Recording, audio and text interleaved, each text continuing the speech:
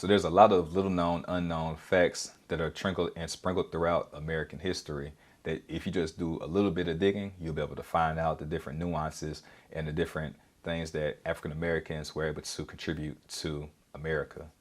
And I think that is very noteworthy that she was also a teacher because once she was able to get the education, she was able to then transmit that information to other people.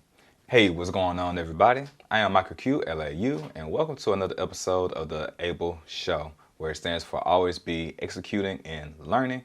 And during the month of Black History Month, we're going to be changing that E from execution to education, as I will be educating you on different little known, unknown Black history facts. All right, today we're going to be talking about Betsey Stockton, who was one of the people that created the first schools in the Hawaiian Islands, primarily on the island of Maui. All right, so it's a very interesting story, and before I started doing this research, I didn't realize that there is such a big impact that African Americans had on the Sandwich Islands, as they were called before they were called the Hawaiian Islands. All right, so we're going to go ahead and do a deep and wide dive onto this situation, but first let's break down how Betsey, she was born into slavery in 1798 in Princeton, New Jersey. While she was a child, her owner, Robert Stockton, gave her to his daughter upon her marriage to Reverend Ashburn Green, president of the College of New Jersey, now called Princeton University. And then one day, Green decided that Betsey needed further discipline, so he gave her to his nephew, the Reverend Nathan Todd. And apparently, this is what the place where she was able to flourish, as she was able to learn how to read and become more and more educated. She stayed there for a period of time, however, she returned back to Green in 1816 when she was 18 years old.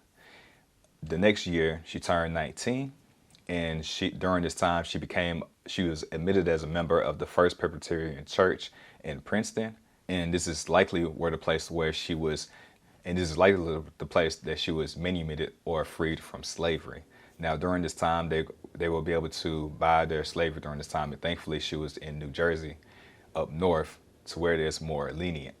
Upon her freedom, she chose the last name Stockton, probably more than likely because she came from the Stockton plantation and the paternal reasons, as well as her dad and her family had the same last name. So it was a way to be able to honor that legacy.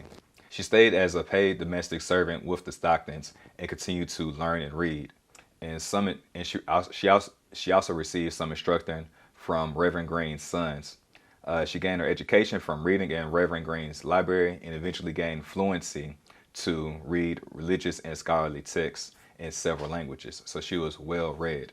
And one of the things that she wanted to do was to be able to be a missionary and go over into Africa to be able to teach them the religion and then also educate them as well. However, from some of the things that I've been reading, some of her classmates, some of her peers suggested that she do otherwise and that go to Africa and probably do like missionary work in other ways.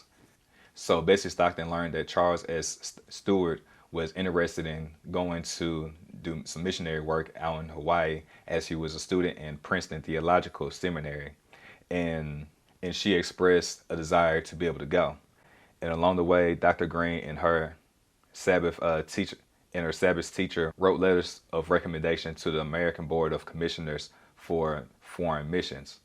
Stockton was commissioned by the board as a missionary and became the second single American woman after Charlotte White, and the first unmarried woman sent overseas as a missionary. So this is like a 1-2 punch. However, I've done some reading as well. It is very interesting because I found out that she was actually married in June 22nd by Charles Stewart. So I'm not exactly sure what's going on with the whole timeline. I know that the commissioners, they signed the paperwork on October 1822, and then the mission was sent forth in November. So I'm not sure how that's going down in the history books, but that's what I'm seeing. I'm just reporting what I know. All right, so her contract with the board was signed in October 1822. Are you tired of being tired, of not having enough energy to last you throughout the day? Are you one at work, too drained to go to the gym, or too sluggish to play with your kids, and too tired to hang out with your friends and your family? Don't worry, you're not the only one. In fact, 1 in 3 Americans struggle with having enough energy to last throughout the day. But there's good news, because you can change all that by focusing on your gut health. Did you know that your gut has good and bad microbiomes that grow inside of it? And the more that you feed the good, the healthier and livelier that you feel. When you feed the bad ones over time, you start to feel bad, then sad, and it turns into a fad that you feel like you can't escape. And it becomes your personality, aka your personal reality, and you feel like you cannot escape it, and you accept life as it is, and that it won't change. But that's where you're wrong. You just have to be able to shift your focus. See, most people fall into the trap of the SAD diet, or the standard American diet, which focuses on fast food, which is cheap and high in calories, rather than nature's fast food, which are fruits, vegetables, grains, nuts, and legumes that help nourish your body so that you can flourish. It's also no mistake that 90% of Americans do not eat enough fruits and vegetables according to the daily recommendations, and that's only 5 servings a day. What if I told you you can have the equivalent of 6 superfood salads all in one that's all natural, organic, whole foods? Yes, natural, organic, whole foods. And you can make and consume it in under a minute, and it only costs $4 a day. So there's no excuse that you need to shop, chop, and cook your foods because it's delivered at your front door. If this sounds good to you, check the description down below and schedule a 15-minute complimentary call so you can see how this can be a fit into your lifestyle.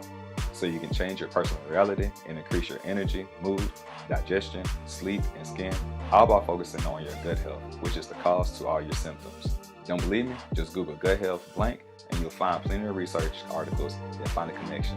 Back to the video. And with the stewards said that she went neither as an equal nor as a servant, but as a humble Christian friend to the stewards, and provided that she was not to be more occupied with domestic duties than the other missionaries. All right. So they set sail on November 20th, 1822, and they arrived 5 months later, as it was a 5-month trip. So they arrived somewhere on April or May. And from what I'm seeing, let me go through my notes and see when they actually saw land. Because I want to say they saw land in April, but it didn't. Yeah, it doesn't really matter. So when they arrived, they arrived in April, and the locals there, they came out on canoes to welcome them, and the missionaries, they had already had like an expedition go out before, and that's where they made the first contact. So this was like actually the second expedition for the missionary. So the locals came out with canoes and welcomed them to the mainland. They saw that the land was ripe and they had few workers.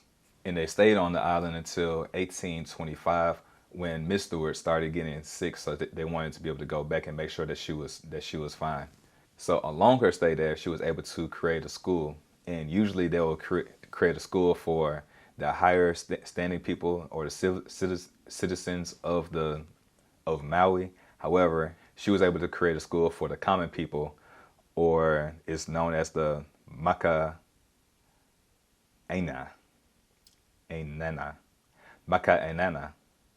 And I'll put that information like right here, because I may not be pronouncing it right, but I'll let you be able to do a whole spell check and go from there. Maka'ainana. E hoa o pu kako. Maka'ainana. Nani vale. The word maka'ainana is defined as commoner, or the general populace. The word maka'ainana can be broken down by ma, meaning on, ka'aina, the land, or the people that tend. So they began doing the teaching out of a local chapel to about 30 students. And the chapel that they're teaching from is the same plant. It's the same area where the Lahaina Luna boarding school is currently right now. Lahaina Luna. So the way that this came about, they were teaching the royalty that was on the islands, like how to read. And one of the king's boys came to the house desiring to be instructed in English. And Mrs. Student thought it would be well for her to engage in work at once. Accordingly, she collected a proper number and commenced. She had 4 English and 6 Hawaiian scholars.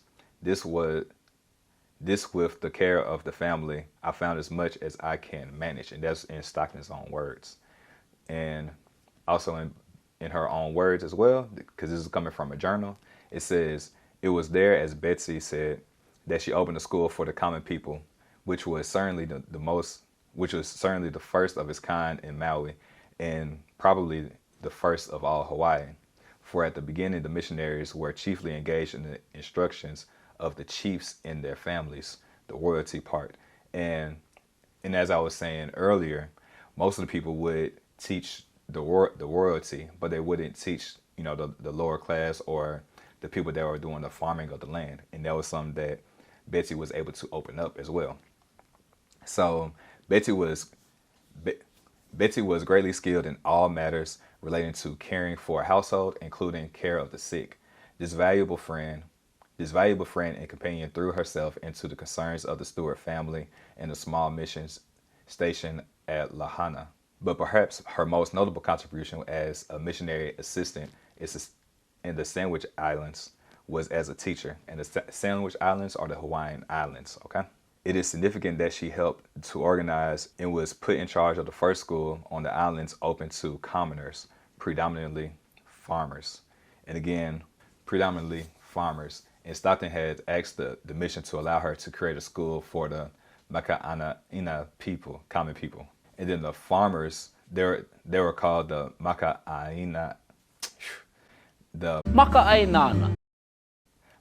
the Maka'ainana. people, or the common people.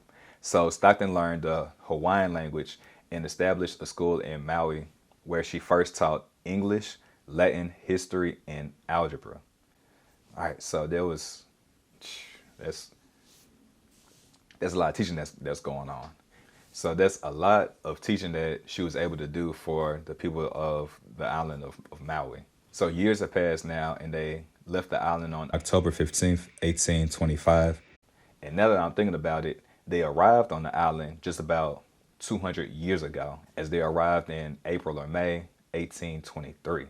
So when they left, they didn't go straight back to America.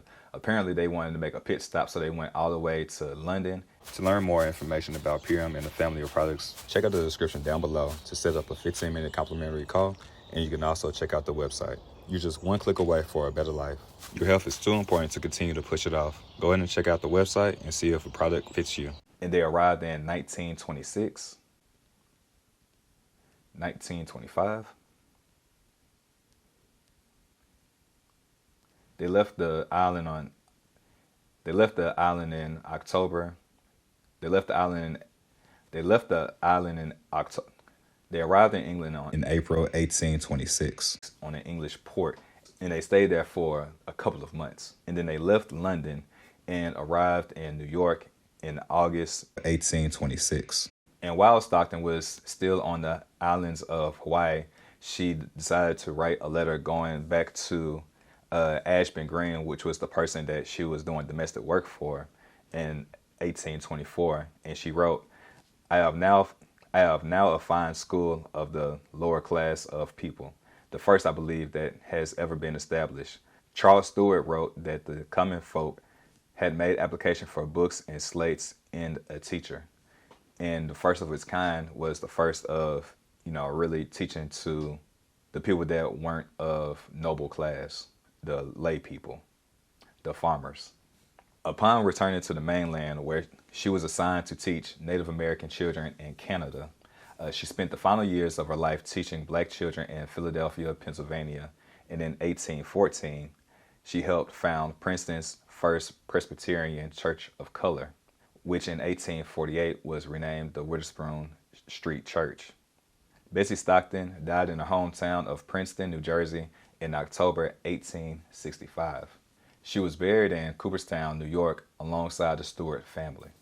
So there's a lot of little-known, unknown facts that are trickled and sprinkled throughout American history that if you just do a little bit of digging, you'll be able to find out the different nuances and the different things that African Americans were able to contribute to America. And I think that is very noteworthy that she was also a teacher, because once she was able to get the education, she was able to then transmit that information to other people. And just like in the previous episode where I informed the audience about Lever Burton's impact with the Reading Rainbow, to be able to create, use your imagination to be able to create the world that you want. She was one of the early pioneers in using the education and literacy to be able to educate the people that she was all around, to be able to help them to be able to grow. because I can only imagine that as she was a domestic servant and a domestic slave, being inside and being domesticated, taking care of the family and the household, she realized that she had an impact that she could further make. And I think that is very interesting that she used where she was currently to make an impact to where she was going. So she wasn't trying to utilize different skills that she saw around her that she could see on the outside, which is usually the easier thing to do. She tapped into the talent that she had within her and used what she knew to allow others to be able to grow, because she understood the impact of education and being able to bring words and put them into life. All right, so I appreciate y'all for tapping in and never tapping out. If you enjoyed this video, go ahead and like, share, and subscribe, and smash that notification bell, because every day I'm going to be going 28 for 28 with a little known, unknown Black history fact. And if you enjoyed this video, as I mentioned before, you can check out LeVar Burton's impact on America. And if you enjoyed this video, you can check out this video, and it's talking about how LeVar Burton taught generations to read and use their imagination. So as always, y'all stay fearfully fit and fearfully blessed.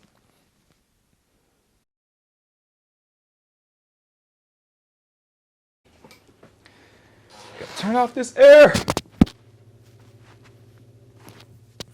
'cause we ain't doing that. We ain't doing that.